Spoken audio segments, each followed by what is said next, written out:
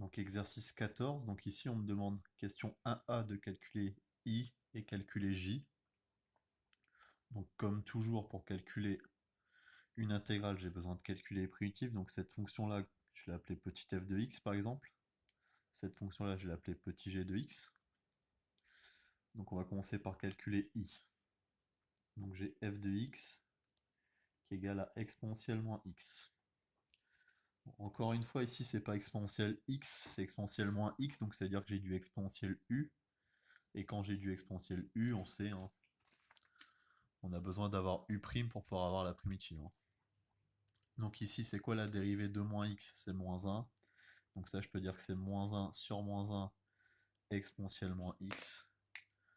Et encore une fois, ici, j'ai mon u' exponentielle u. Donc je peux calculer la primitive. Grand f de x, c'est égal à... Ici, s'il n'y a rien, c'est fois 1. Donc 1 sur moins 1. La primitive de u' exponentielle u, c'est juste exponentielle u, donc exponentielle moins x. Et 1 sur moins 1, c'est égal à moins 1, donc moins exponentielle moins x. Voilà, je passe à petit g. Je commence par calculer les primitives, hein, et ensuite je calculerai les intégrales. Donc petit g, c'est 3x carré moins 6x plus 1. Donc grand g de x, bon, je garde le 3. La primitive de x carré, c'est x cube sur 3. Moins 6, la primitive de x, c'est x carré sur 2. Et plus 1, une primitive, c'est x. Et donc ici, encore une fois, j'ai des simplifications. Donc x cube, 6 sur 2, ici ça fait 3, hein, donc moins 3x carré, plus x. Donc voilà, je vais pouvoir calculer i. Donc i, c'est l'intégrale de moins 1 à 3 de f de x dx. Donc je vais avoir besoin de grand f de 3 moins grand f de moins 1. Donc je calcule grand f de 3. Donc ça fait moins exponentielle moins 3. Je calcule grand f de moins 1. Ça me fait moins exponentielle moins moins 1. Ça me fait moins exponentielle 1. Exponentielle 1, je rappelle, on peut mettre aussi tout simplement moins e, hein.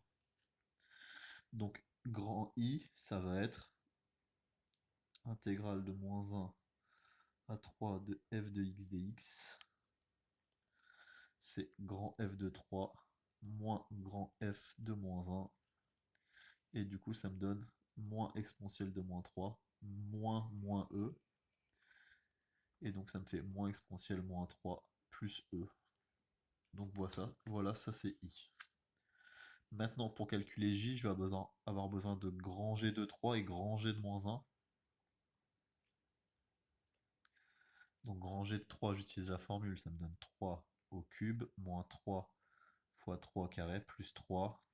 Bon bah 3 fois 3 au carré, ça fait 3 au cube, hein. 3 au cube moins 3 au cube, ça simplifie, donc il reste juste 3. Je peux calculer G de moins 1. Donc moins 1 au cube, moins 3 fois moins 1 au carré, donc plus moins 1. Donc moins 1 au cube, ça me fait moins 1. Moins 1 au carré, ça me fait 1 fois moins 3, ça me fait moins 3. Et moins 1. Et du coup ici j'obtiens moins 5. Et du coup j ici c'est intégrale de moins 1 à 3 de petit g de x dx. Du coup c'est grand G de 3 moins grand G de moins 1. Et du coup ça me fait 3 moins moins 5. Et ça me fait 8. Ok, donc on a trouvé que i c'est égal à moins exponentielle moins 3 plus e. Et on a trouvé que lui c'était 8. On peut passer à la suite. Du coup, ici, on me demande d'en déduire. Donc, en déduire, je rappelle, ça veut dire qu'il faut se servir du résultat précédent. On me demande en déduire la valeur de k. Donc, pour calculer k, ici, on peut remarquer que ici, on a petit g de x. Et ici, pardon. Oui, ici, on a petit g de x. Et ici, on a petit f de x. Du coup, ici, ce qu'on va se servir, c'est la linéarité de l'intégrale. On sait que on va pouvoir casser notre intégrale. Donc, k, c'est égal à intégrale de moins 1 à 3 de g de x moins 4 f de x dx. Donc on a dit on peut casser notre intégrale. Donc, moins 1, 3 de g de x dx plus intégrale de moins 1 à 3 de moins 4 f de x dx.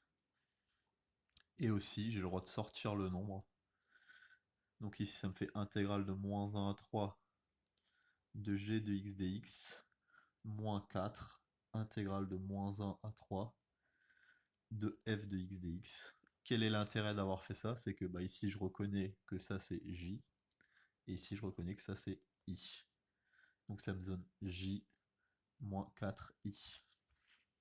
Donc j, on a dit que c'était 8, moins 4 fois i qui vaut moins exponentielle moins 3 plus e.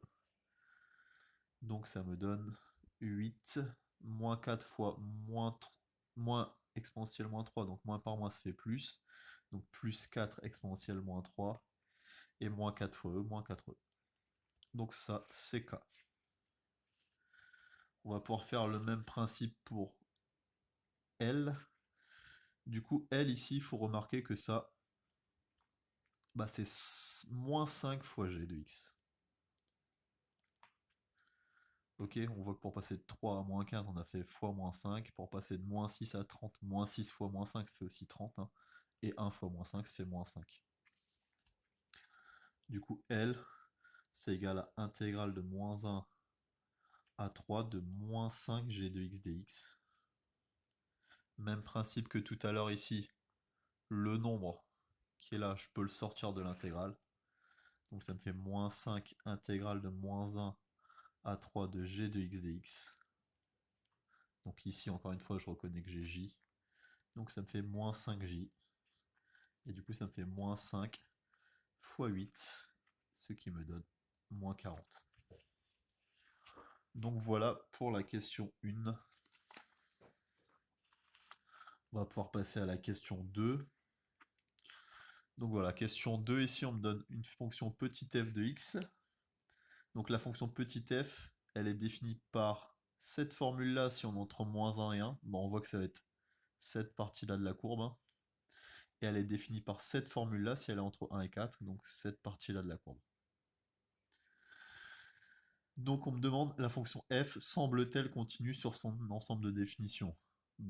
A priori, là, je peux la tracer sans lever mon stylo. Donc a priori, oui, la fonction semble continue. F semble continue sur son ensemble de définitions, hein, sur D de F. Donc là, c'est juste graphiquement hein, que ça semble continu. On ne me demande pas de vérifier qu'effectivement c'est bien continu. Mais on pourrait le faire. Hein. Ici, on se rend compte que le souci ici, il est ici, hein, on ne sait pas. Ici, si les deux parties de la courbe vont être bien collées ou pas.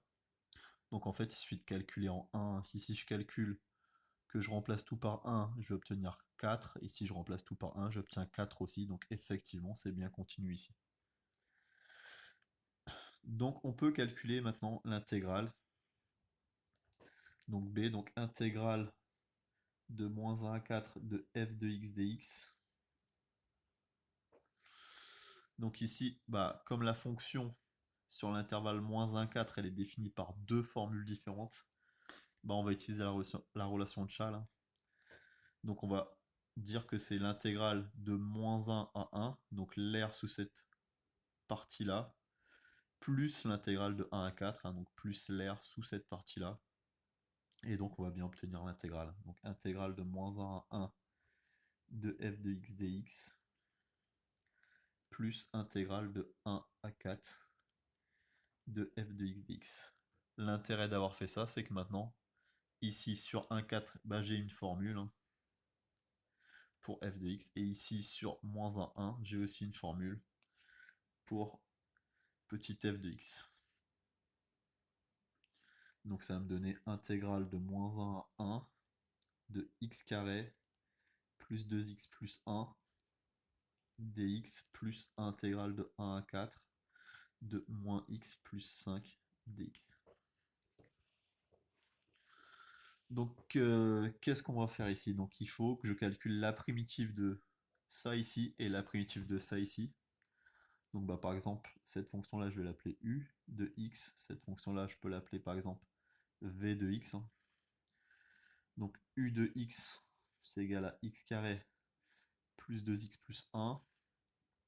Donc, si je veux calculer la primitive grand U de x, ça me donne x cube sur 3 plus 2 fois x carré sur 2 plus 1x, donc plus x. Donc x cube sur 3, les deux se simplifient, plus x carré plus x. Et pour v de x, donc si je calcule grand V de x, bah ça me fait moins x carré sur 2 plus 5x. Et donc bah ici, bah, l'intégrale de moins 1 à 1 de u de x dx, c'est donc égal à u de 1 moins u de moins 1. Bon, je vais calculer u de 1 et u de moins 1. Donc u de 1, ça me fait 1 au cube sur 3 plus 1 au carré plus 1. Donc ça me donne 1 tiers plus 2. Donc si je mets ça en tiers, ça fait 6 tiers, donc ça me fait 7 tiers. Je peux calculer u de moins 1. Donc moins 1 au cube sur 3 plus moins 1 au carré plus moins 1. Donc ici, ça va me donner moins 1 tiers, moins 1 au carré 1, moins 1, 0. Et du coup, la première intégrale, intégrale de moins 1 à 1 de u de x dx, c'est donc égal à 7 tiers moins 1 tiers, ce qui fait 8 tiers. On va calculer la deuxième partie maintenant. Donc intégrale de 1 à 4 de v de x dx. Hein. On voit ici, on a calculé la première partie, il reste à calculer cette deuxième partie ici. Hein. Du coup, ça va être grand V de 4 moins grand V de 1. Et du coup, bah ici, je vais calculer grand V de 4 et grand V de 1. Donc grand V, il est ici. Donc moins 4 au carré sur 2 plus 5 fois 4. Du coup, 4 au carré, 16 sur 2, 8. Donc moins 8 plus 20, ça fait 12. Je calcule V de 1 maintenant. Donc moins 1 au carré sur 2 plus 5 fois 1. Ça me donne quoi? Ça me donne donc moins 1 demi plus 5. Ici, il faut tout mettre en demi. Donc 5, c'est 10 demi, moins 1 demi, 9 demi. Et donc, intégrale de 1 à 4 de v de x dx, c'est donc égal à 12 moins 9 demi. Donc 12 en demi, c'est 24 demi. Donc 24 demi moins 9, ça me fait 15 demi. Et donc maintenant, je peux regrouper, maintenant que j'ai calculé lui et lui, bah, l'intégrale de moins 1 à 4 de f de x dx. Bon, c'est lui qui valait 8 tiers, plus cette partie-là qu'on vient de calculer qui vaut 15 demi. Donc là, une fois de plus, il faut tout mettre au même dénominateur. Donc ici, j'ai du sur 2 ici, donc je fais x2 ici, x2 ici. J'ai du sur 3 ici, donc je fais x3 ici, x3 ici. Le résultat est en sixième. Donc 16 plus 45, ça fait 61 sur 6. Voilà.